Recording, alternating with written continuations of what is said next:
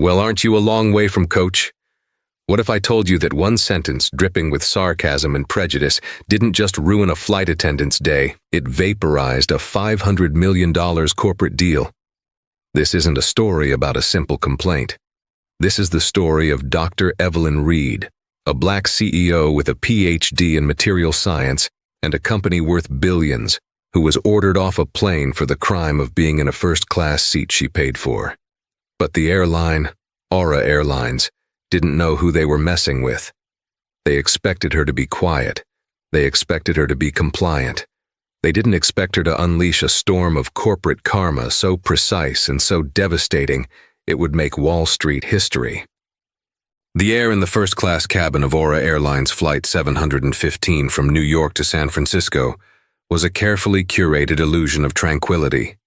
It smelled of warm towels, expensive leather, and the faint citrusy tang of complimentary champagne. For Dr. Evelyn Reed, it was simply 5 hours of uninterrupted time to finalize the last details of the biggest partnership of her career. At 42, Evelyn was the founder and CEO of Innovate Dynamics, a company that had revolutionized battery technology. Her face had graced the cover of Forbes and Wired, yet she moved with an unassuming grace that rarely betrayed her status. Dressed in a tailored navy blue blazer and simple silk shell, she had her laptop open, her brow furrowed in concentration as she reviewed the intricate schematics of a new solid-state battery array. This technology was the heart of a $500 million deal she was flying to San Francisco to sign. The deal was with Aura Airlines itself. Innovate Dynamics was set to retrofit Aura's entire fleet with next-generation power systems, a landmark contract that would redefine in-flight energy consumption and solidify her company's legacy. The flight attendant moving through the cabin was a woman named Caroline Peterson. In her late 40s, with blonde hair pulled into a severe bun and a smile that never quite reached her eyes, Caroline operated with a sense of territorial ownership over the premium cabin. She saw herself not as staff, but as the gatekeeper of an exclusive club. Evelyn, needing to retrieve a crucial document from her briefcase in the overhead bin, stood up. She was a tall, statuesque woman, and her presence had a quiet authority.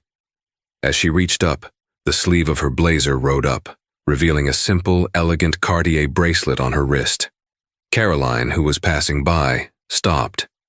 Her eyes did a quick, dismissive scan, from Evelyn's intricate braids to her sensible but expensive leather loafers. It was a practiced, dehumanizing appraisal that took less than 2 seconds. "Can I help you with something?" Caroline asked, her tone clipped. "No, thank you. I've got it," Evelyn replied politely, not looking down. She retrieved her folio and was about to sit when Caroline spoke again, her voice loud enough for the surrounding passengers to hear. "You know, you need to be careful with those overhead bins.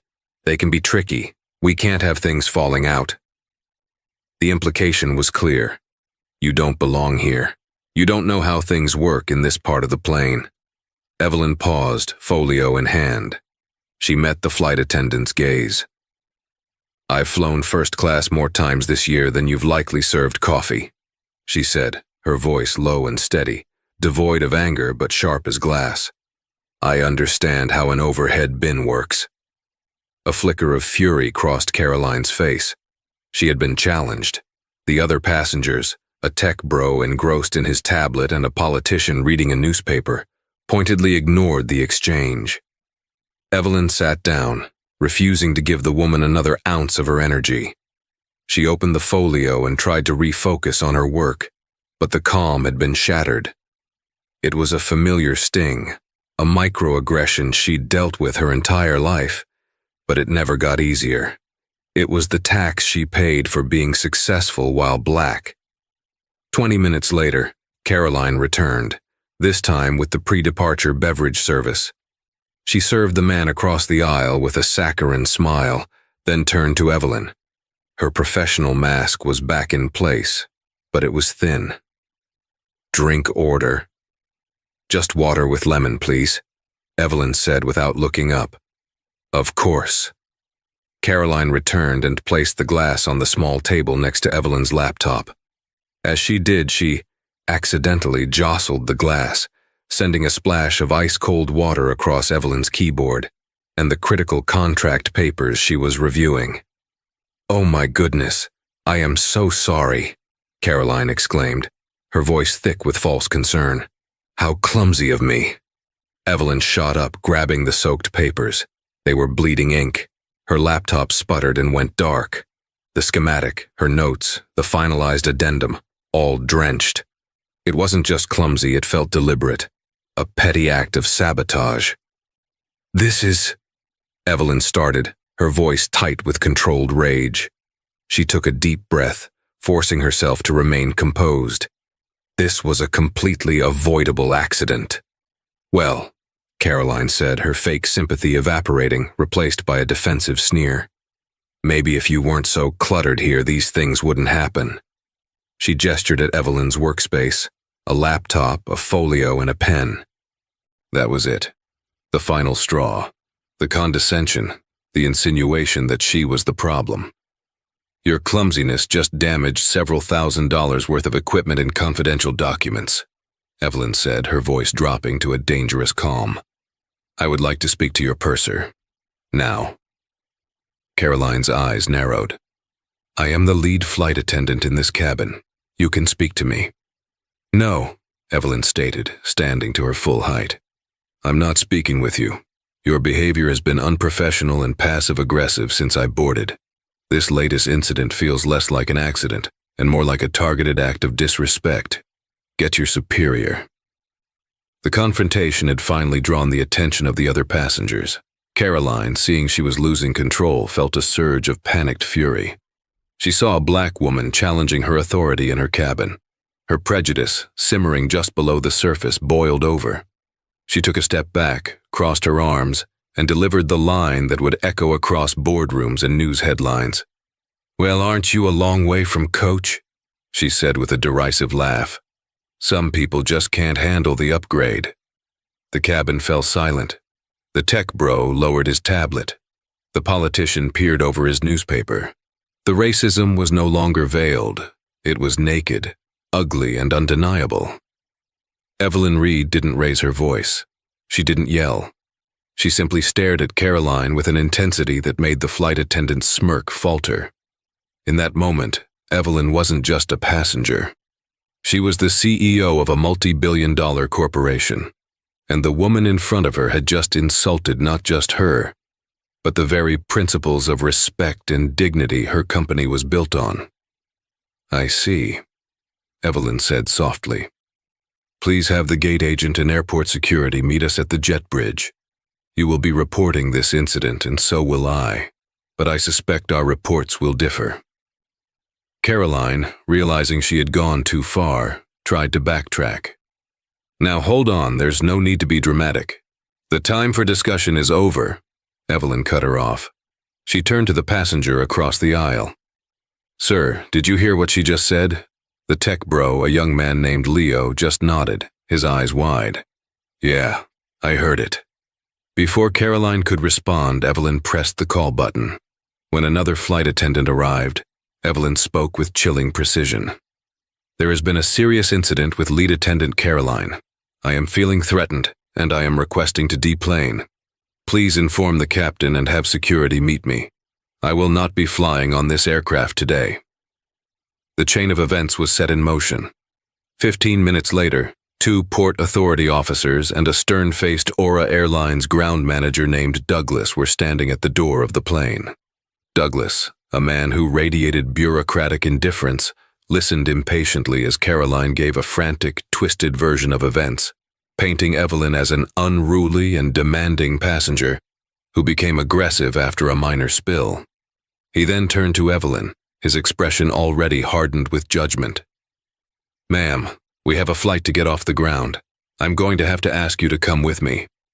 There was no question, no investigation, no interest in her side of the story. He saw a flight attendant and a black woman, and he made his choice. Evelyn gathered her things, including the water-damaged laptop and papers, with a quiet, deliberate dignity that was more powerful than any outburst. As the security officers escorted her off the plane, walking her down the jet bridge like a common criminal, she didn't look back. But as she stepped into the terminal, the humiliation washing over her, it wasn't sadness she felt. It was a cold, clarifying rage, a CEO's rage. They had disrespected her. They had racially profiled her.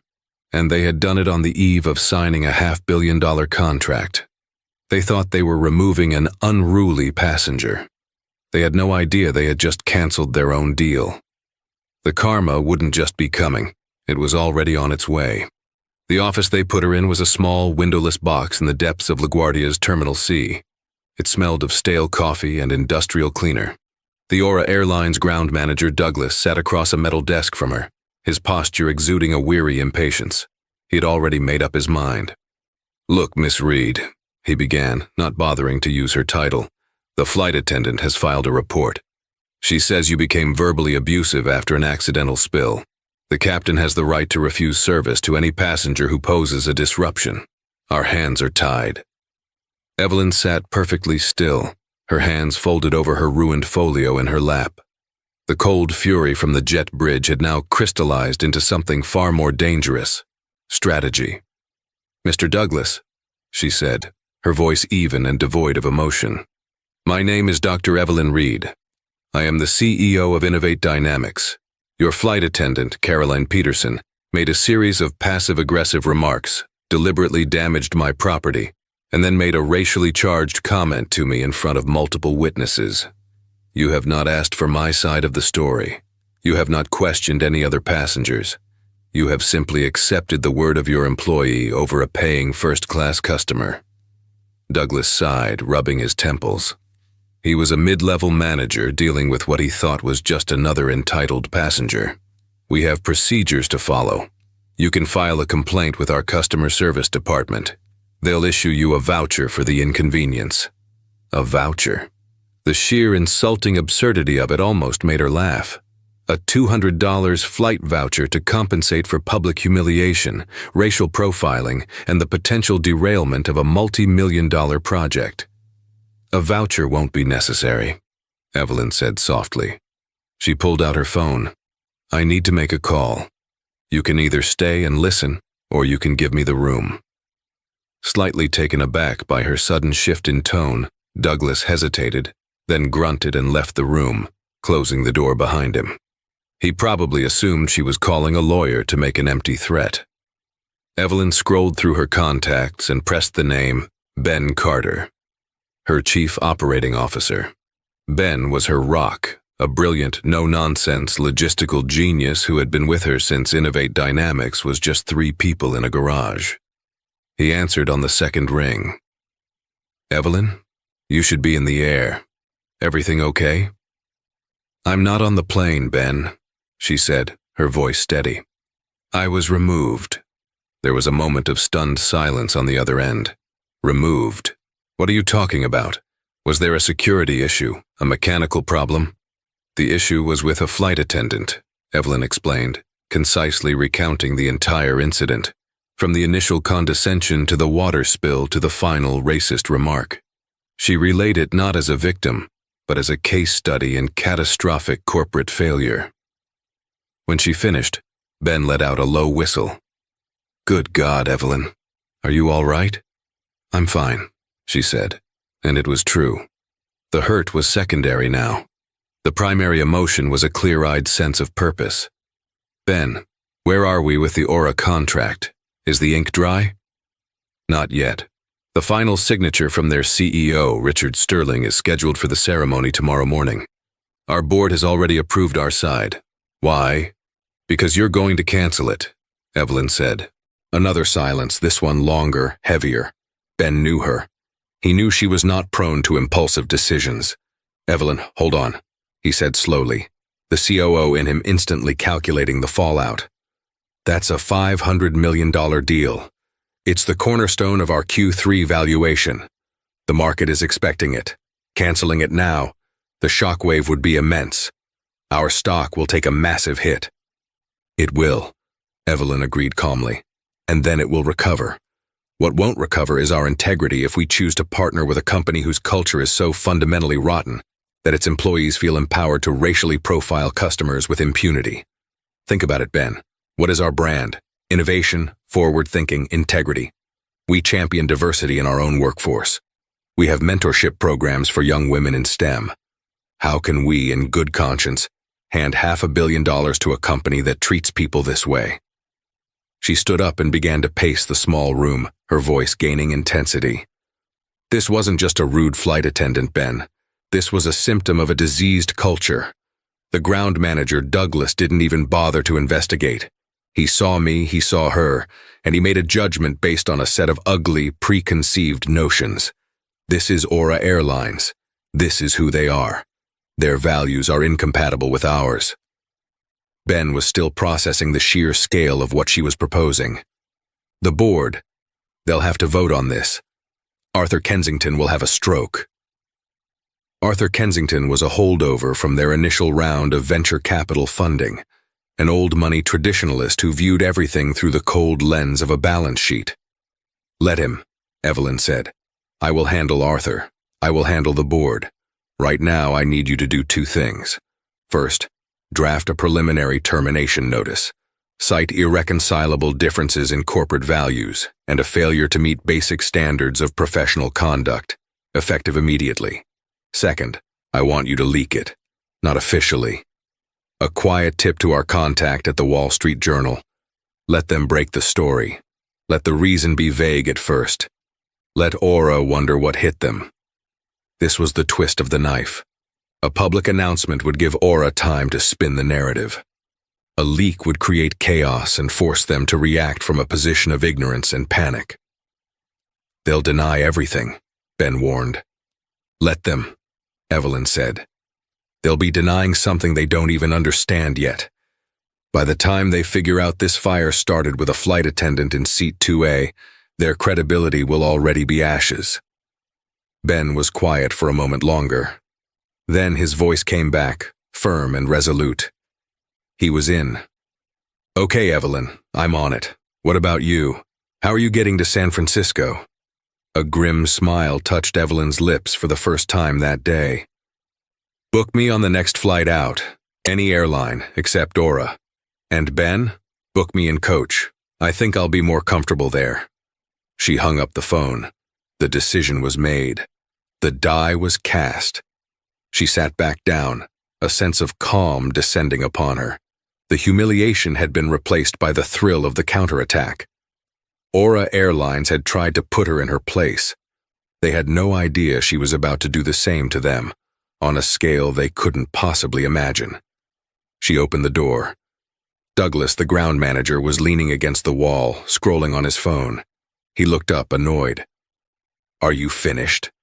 Yes, Evelyn said, walking past him towards the main terminal. We are. And so, by the way, is your airline's $500 million contract with my company. You might want to update your resume. She didn't look back to see the stunned, confused expression on his face.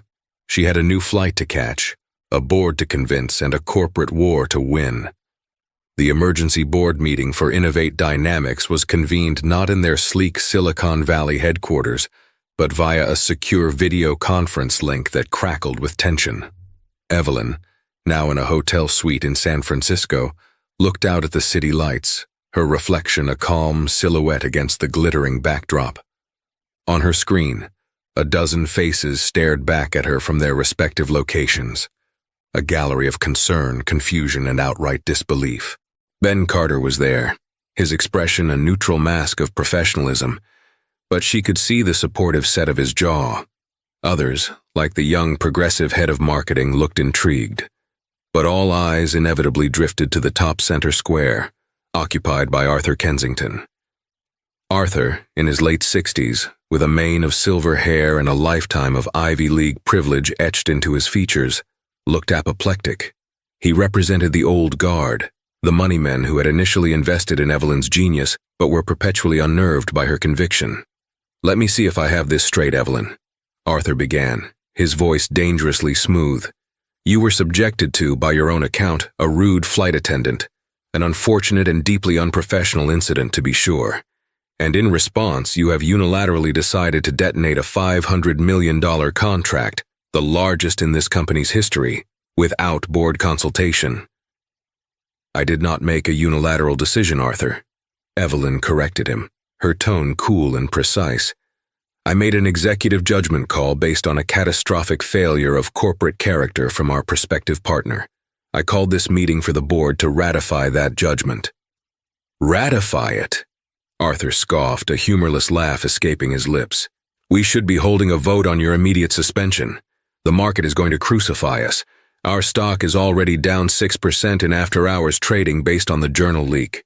Do you have any idea what this does to our 10-figure valuation? I have a very precise idea, Arthur, Evelyn replied, turning from the window to face the camera directly. Her gaze was unflinching. I also have a precise idea of what it does to our valuation to be publicly partnered with a company that fosters a culture of systemic bigotry. Let's talk about numbers, shall we? You like numbers. She gestured for Ben to share his screen. A crisp presentation filled the virtual space. A 2022 study by Glassdoor showed that 76% of job seekers and employees report that a diverse workforce is an important factor when evaluating companies and job offers. Our ability to attract and retain top talent, the very lifeblood of Innovate Dynamics, is predicated on our reputation as a progressive, inclusive employer. A public, lucrative partnership with Aura Airlines, once the details of this incident become public, would make us hypocrites. It would be a poison pill for employee morale and future recruitment. She clicked to the next slide.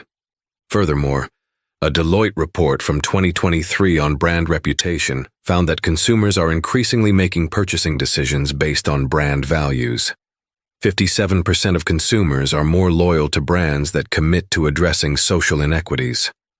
Our clients, who range from electric vehicle manufacturers to green energy firms, are themselves progressive. They partner with us not just for our technology, but for what we represent. An alliance with Aura, as they have revealed themselves to be, is a direct contradiction of our brand identity. The long-term cost of that brand dilution would far exceed $500 million. Arthur was unmoved. This is speculative, Evelyn. You're talking about feelings and brand identity. I'm talking about $500 million in guaranteed revenue. Money that was already factored into our projections for the next 5 years. You're gambling the company's future on a personal slight. It was not a personal slight, Arthur. Evelyn's voice rose for the first time, sharp and commanding, silencing him. It was a corporate action. An employee of Aura, acting as an agent of her company, engaged in discriminatory behavior. Her supervisor, another agent of the company, ratified that behavior by punishing the victim instead of investigating the incident. This wasn't one bad apple. This was the system working as designed. They have a problem, and I refuse to let their problem become our problem. She leaned closer to the camera. Think of it this way.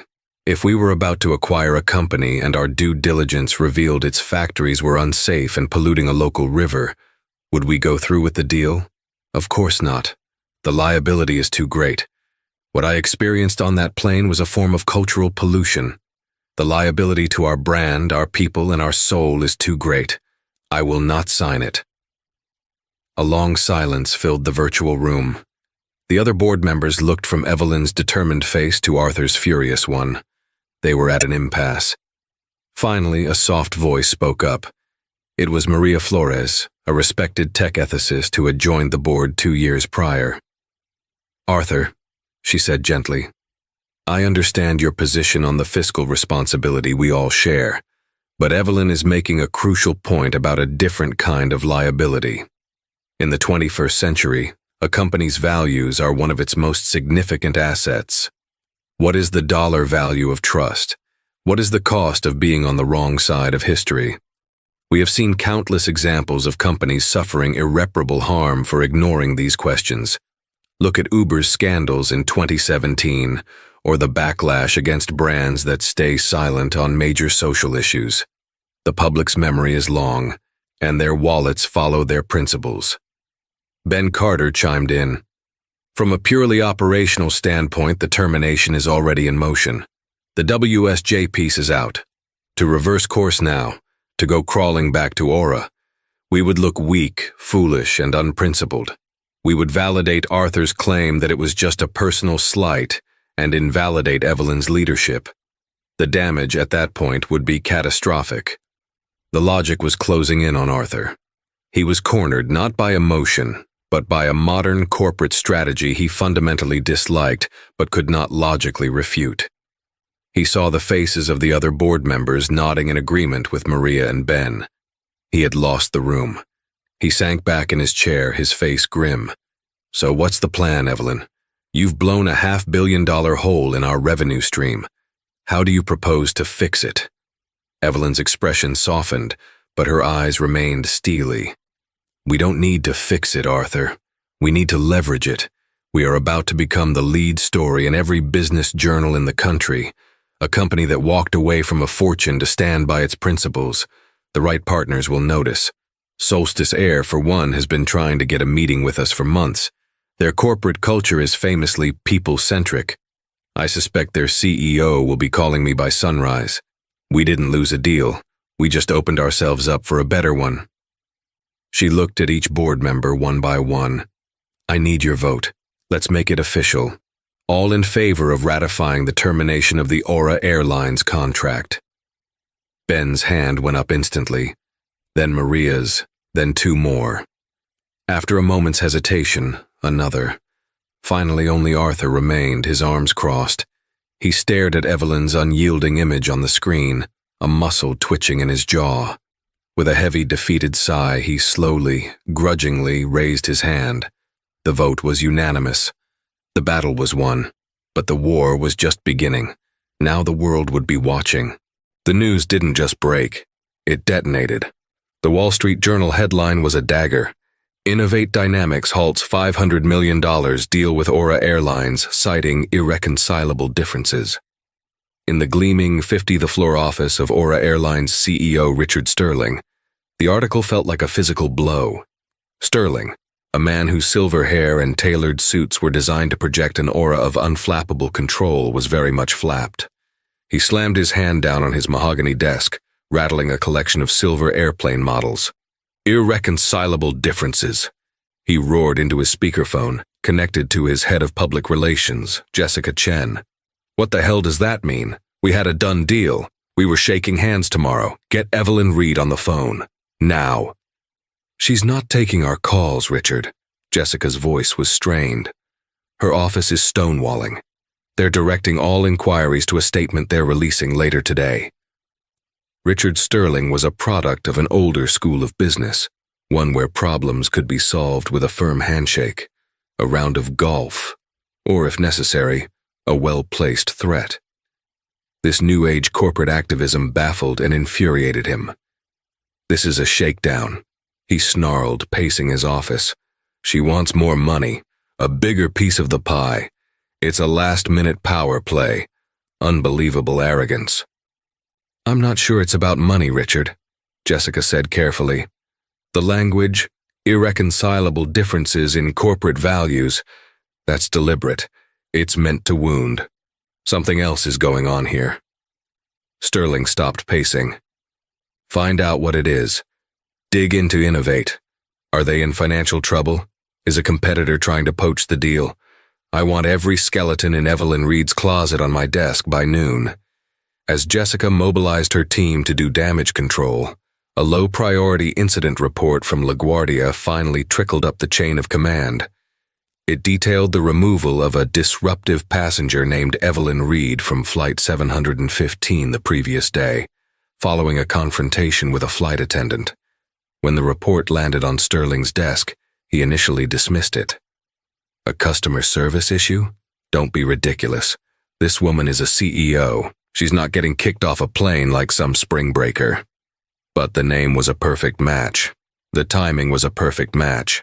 The flight attendant's report, written by Caroline Peterson, described Dr. Reed as agitated and verbally aggressive, claiming she became enraged over a small accidental spill. There was no mention of any racial comment. It was a self-serving piece of fiction designed to protect herself. Sterling connected the dots, but he connected them incorrectly. So that's it, he exclaimed to Jessica over the phone. She got angry about some spilled water, got herself kicked off the plane, and now out of pure spite she's torpedoing the deal. The unmitigated gall. His strategy was immediate and foolishly aggressive. He saw it as a simple PR problem to be managed. "Okay, Jessica, here's how we play it," he commanded. "We leak our side of the story. We frame her as unstable, an erratic executive, a CEO who lets a minor personal grievance dictate a $500 million business decision. We question her fitness to lead. We'll be the victims of her unprofessional tantrum." Jessica Chen felt a knot of dread tighten in her stomach.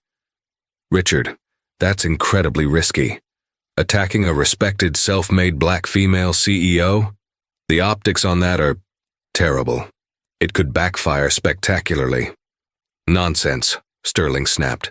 "We're Aura Airlines. We're a legacy carrier. She's a tech upstart.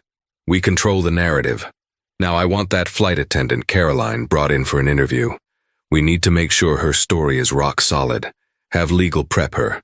I want her to be the picture of a calm, professional employee assaulted by a belligerent passenger." Within hours, Caroline Peterson was sitting in a sterile meeting room at Aura's corporate headquarters near Chicago. She was terrified. She'd seen the news about the canceled deal. She knew deep down this was her fault. But when two of Aura's top lawyers began to coach her, her fear was replaced by a sense of self-preservation. They didn't ask her what happened. They told her what happened. "Miss Peterson," one of the lawyers, a severe-looking man named Graves, began, "you were performing your duties when the passenger, Dr. Reed, became agitated. Is that correct?" "Yes," Caroline whispered. "She raised her voice at you, creating a scene and disturbing other passengers." "Correct. She was very loud," Caroline lied, her voice gaining a sliver of confidence. "And when you tried to de-escalate the situation, she became even more hostile, forcing you to call for a supervisor out of concern for the safety and comfort of everyone in the cabin?" "Yes, I was just trying to do my job." They built the story for her, piece by piece, omitting her provocations, her sneers, and most importantly, the racist sentence that had lit the fuse. By the time they were done, Caroline had convinced herself of her own victimhood. She was the diligent employee, and Dr. Evelyn Reed was the unhinged aggressor. Aura Airlines released its first official statement late that afternoon. It was a masterclass in corporate gaslighting. "While we are disappointed by Innovate Dynamics' abrupt decision, we are even more concerned by the events that seem to have precipitated it. We have a preliminary report of an incident where Innovate's CEO, Dr. Evelyn Reed, was unable to meet the standards of decorum and safety required on our aircraft, leading to her removal from a flight. While we respect Dr. Reed's accomplishments, we cannot allow any passenger, regardless of their status, to compromise the safety and well-being of our crew and other customers. We believe this business decision was based on personal animus, not professional principle, and we are exploring our legal options." The statement was a declaration of war. Richard Sterling sat back in his chair, confident he had seized control. He had painted Evelyn Reed as an angry black woman, a tired, toxic stereotype, but one he believed would work with the public and, more importantly, with his own board. He had no idea that 600 miles away, in a dorm room at NYU, a 20-year-old tech student named Leo Martinez was watching the news, his phone in his hand, feeling a growing sense of disgust. And on that phone was a 47-second video clip that was about to blow Richard Sterling's entire narrative to pieces. Leo Martinez was not an activist.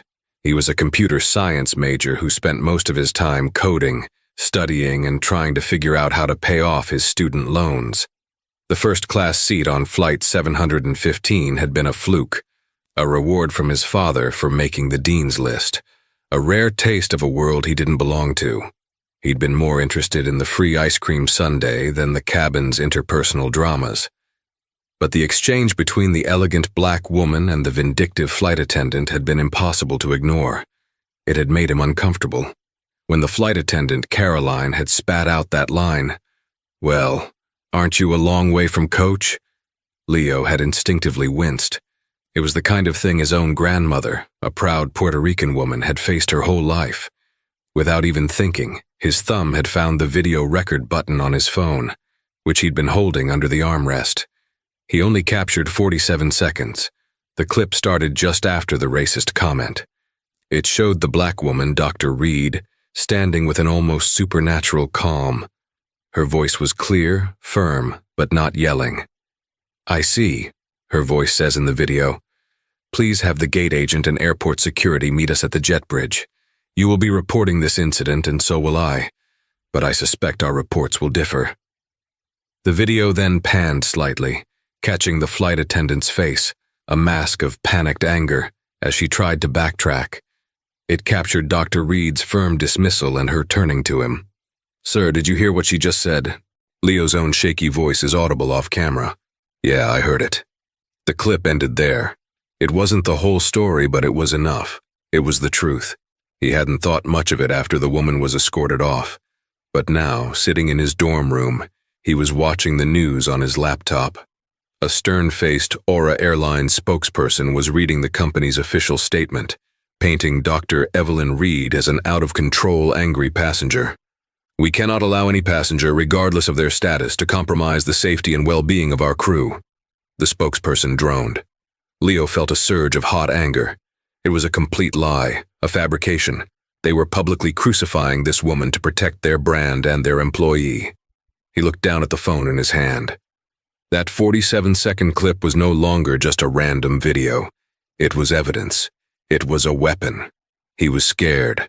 What would happen if he released it? Would the airline come after him? Could he get in trouble? He was just a student. These were powerful, wealthy people. He thought about just deleting it, forgetting the whole thing, and getting back to his coding homework.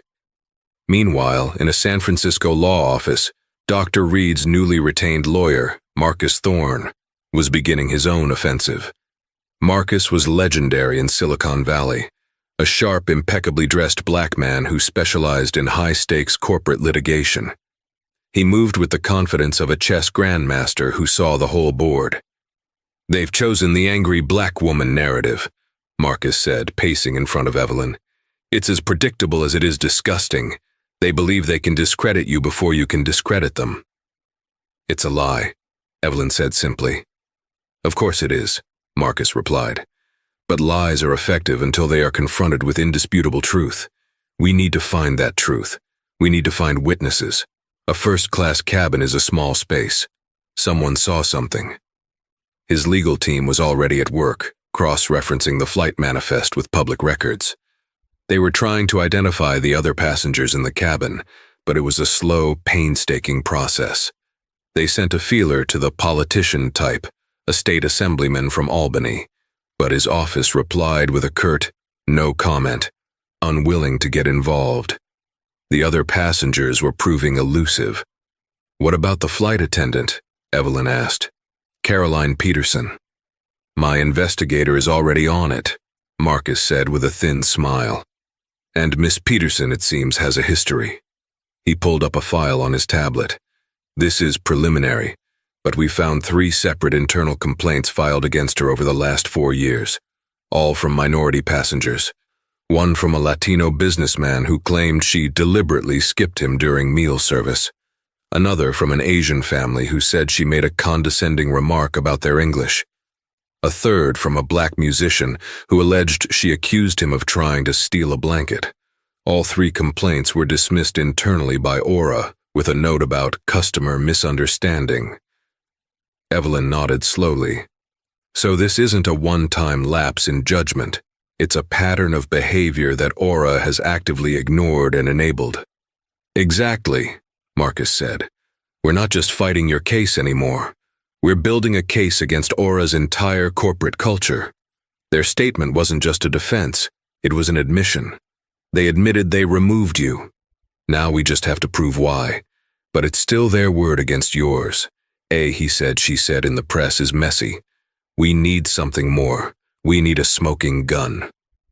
Back in his dorm room, Leo Martinez made his decision. He thought about his grandmother being told to use the service entrance. He thought about the calm dignity of the woman on the plane, and he thought about the smug, lying faces on the news. He opened his laptop and created a new anonymous Twitter account. The handle was simple, at Flight 715 Witness. He uploaded the 47-second video. He didn't add any dramatic commentary. He just typed a single sentence. This is what really happened on Aura Flight 715. Dr. Evelyn Reed wasn't aggressive. She was targeted. #Aura Airlines lies. He added a few more hashtags. #Justice for Dear Reed, #Flying While Black, #Corporate Racism. Then with a deep breath, he clicked tweet. For a few minutes, nothing happened. The tweet sat there with 0 likes, 0 retweets. Leo felt a pang of anticlimax. Maybe nobody would even see it. Maybe this was a mistake.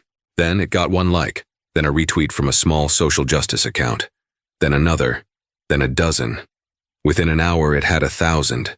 By the end of the night, it had 100,000. By morning, it would have millions. The smoking gun wasn't just found.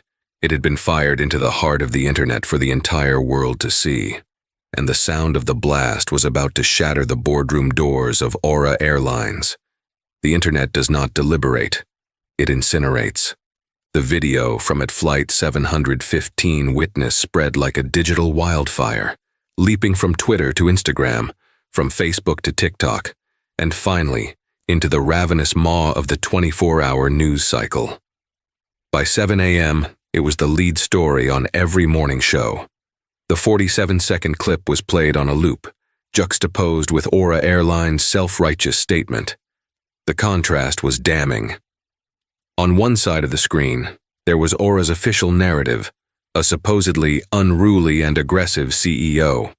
On the other side was the video, Dr. Evelyn Reed, poised and articulate, calmly requesting security after being subjected to a clear insult. The video didn't show Caroline Peterson's racist comment, but Dr. Reed's reaction and Leo's confirming voice made its nature terrifyingly clear to millions of viewers. The public's verdict was swift and merciless. The hashtag #Aura Airlines lies exploded globally. It was followed by the more potent #Justice for Dear Reed. People shared their own stories of discrimination while flying, creating a torrential narrative of corporate neglect and prejudice. Dr. Reed was no longer just a CEO. She was a symbol. Caroline Peterson became the face of Airline Karen, a meme-ified villain. Richard Sterling's face was plastered everywhere next to quotes from his arrogant, victim-blaming statement. For Richard Sterling, the morning was a descent into a nightmare. He woke up to 100 missed calls and a stock ticker that looked like a ski slope. Aura's stock, $1 had plummeted 18% in pre-market trading, wiping out over $800 million in market capitalization, far more than the deal they had lost. "What is this video? Where did it come from?" he bellowed at Jessica Chen, his PR head. She was in full crisis mode, her voice tight with a mixture of fear and, "I told you so." "We don't know who at Flight 715 Witness is, Richard," she said, "but it doesn't matter. The video is out. Our narrative is dead. We accused her of being aggressive. The video shows she was the calmest person in the room. We're not just wrong. We look like malicious liars." The corporate ecosystem began to turn on them. First, it was the celebrity backlash. A-list actors, musicians, and athletes tweeted their support for Dr. Reed, many of them black, and announced they were boycotting the airline. Disgusted by it, Aura Airlines, standing with the brilliant Dr. Evelyn Reed. "Your first-class cabin is no place for third-class bigotry. #boycott Aura." One post from a famous actor read, racking up 500,000 likes in an hour. Then came the corporate partners. Aura had a lucrative co-branded credit card with a major national bank. By 10 a.m., the bank issued a statement. "We are deeply disturbed by the recent events concerning Aura Airlines. We are reevaluating our partnership, pending a thorough and transparent investigation." Reevaluating was corporate speak for, "We're heading for the exits." A major beverage company that was Aura's exclusive soft drink provider announced it was suspending its contract. The hits kept coming, each one a fresh blow to the airline's bottom line and reputation. Inside Aura's headquarters, the atmosphere was one of pure panic. Caroline Peterson was immediately suspended without pay. The legal team that had coached her story was now frantically trying to distance the company from her. The very lawyers who had told her what to say were now treating her like a leper. Richard Sterling, realizing his aggressive strategy had backfired into a full-blown catastrophe, tried to pivot. He ordered Jessica to draft an apology. The first draft was a weak, "We regret the incident was perceived this way" statement. "Not good enough," Jessica shot back, her professional deference gone, replaced by raw urgency. "Richard, they're not mad about a perception. They're mad about the reality. They're mad that we were caught on video being exactly what Dr. Reed said we were, and then we lied about it. We have to fall on our sword. A full, complete, unconditional apology." Meanwhile, Evelyn Reed and Marcus Thorne watched the storm unfold from their San Francisco command center. They said nothing publicly. They didn't have to. The world was making their case for them. Marcus's phone rang. It was the General Counsel for Solstice Air, Aura's biggest and most progressive competitor. "Marcus," the voice on the other end said, "I'm calling on behalf of our CEO, David Chen. He's been following the news. He's horrified by what happened to Dr. Reed, but he's also deeply impressed. Her strength, her principles. That's the kind of leadership we admire." Marcus listened, a slow smile spreading across his face. "Go on." "David would like to meet with Dr. Reed as soon as possible. We know the technology in the Aura deal was groundbreaking. We think it would be an even better fit for Solstice's Fleet of the Future initiative. We're prepared to not only match Aura's offer, but to improve upon it. And more importantly, we want to issue a joint statement championing principled leadership and diversity in business." Marcus covered the receiver and looked at Evelyn. "The fish are jumping into the boat," he whispered. Evelyn allowed herself a small, triumphant smile. The karma was hitting hard and fast. Aura Airlines wasn't just losing money or a deal. They were losing their place in the market to a rival that understood the one thing Richard Sterling never did. That in the modern world, integrity wasn't just a virtue, it was a priceless asset. The media storm was no longer just about one incident on one flight. It had become a referendum on corporate accountability. Aura Airlines had been tried in the court of public opinion, and the verdict was in. Guilty on all counts. The only thing left was the sentencing, and Richard Sterling was about to find out it was far more severe than he could ever have imagined. The apology, when it came, was a disaster. Richard Sterling, forced by his board, appeared in a hastily recorded video. He sat at his large mahogany desk, looking stiff and uncomfortable in a crisp white shirt. The teleprompter was practically reflected in his eyes as he read the soulless, lawyer-approved text. "On behalf of Aura Airlines," he began, "I would like to extend our deepest apologies to Dr. Evelyn Reed for the unfortunate experience she had on one of our flights. The events, as they have now come to light, do not reflect the high standards of service and respect we strive for." The public saw right through it. The comment section of the YouTube video was a tidal wave of vitriol. "He's not sorry it happened. He's sorry he got caught," one top comment read. Another said, "The high standards of lying to the public and smearing a victim." The video's dislike-to-like ratio was astronomical. It was a digital public stoning. The performance was the final nail in Sterling's coffin. His board of directors, watching their personal wealth evaporate as the stock continued to crater, saw him not as a leader, but as the primary liability. They convened an emergency meeting that evening, from which Sterling was pointedly excluded. The outcome was brutal and swift. The next morning, an official press release from the Aura Airlines Board of Directors hit the wire. Richard Sterling steps down as CEO of Aura Airlines effective immediately. The statement went on to announce a top-to-bottom independent investigation into our corporate culture, training protocols, and complaint resolution processes. It was a complete capitulation. The news of Sterling's ouster was the top story, but a secondary headline held a more personal sting of karma. It was reported that Caroline Peterson had been summarily fired from Aura Airlines. But her punishment didn't end there. Her name and face, now inextricably linked with the airline Karen meme, were infamous. She was doxxed online. She received threats. Her personal life was shattered. In a single act of petty racism, she had immolated her own career and reputation, becoming a public pariah.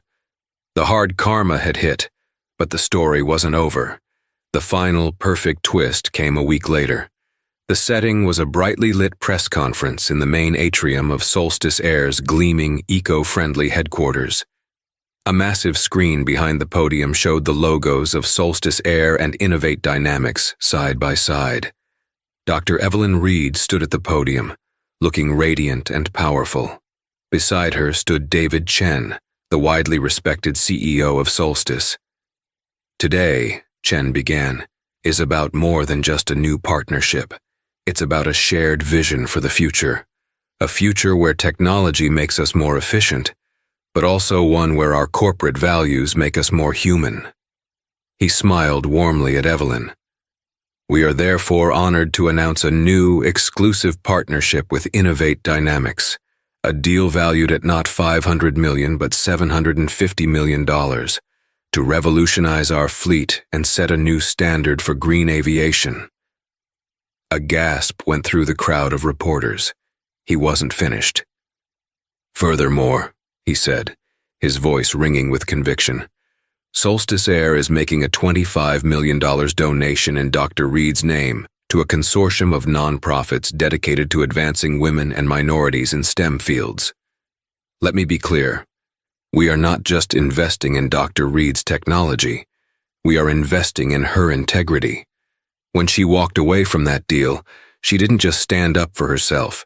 She stood up for everyone who has ever been made to feel small, to feel like they don't belong.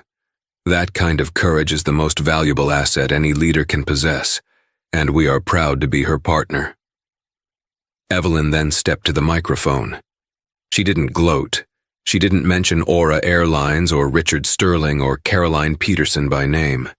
She didn't have to. She spoke of the future, of innovation, of the importance of building companies where every single person, from the boardroom to the baggage claim, is treated with dignity. Integrity, she concluded, her voice resonating with quiet strength, is not about what you do when people are watching. It's about what you do when you think no one is. It's about making the right choice, even when it's the hard choice. Today, we have shown that doing the right thing is not just good morals, it's good business. The applause was thunderous. In the end, the karma was perfectly poetically complete. The racist flight attendant lost her job and her name.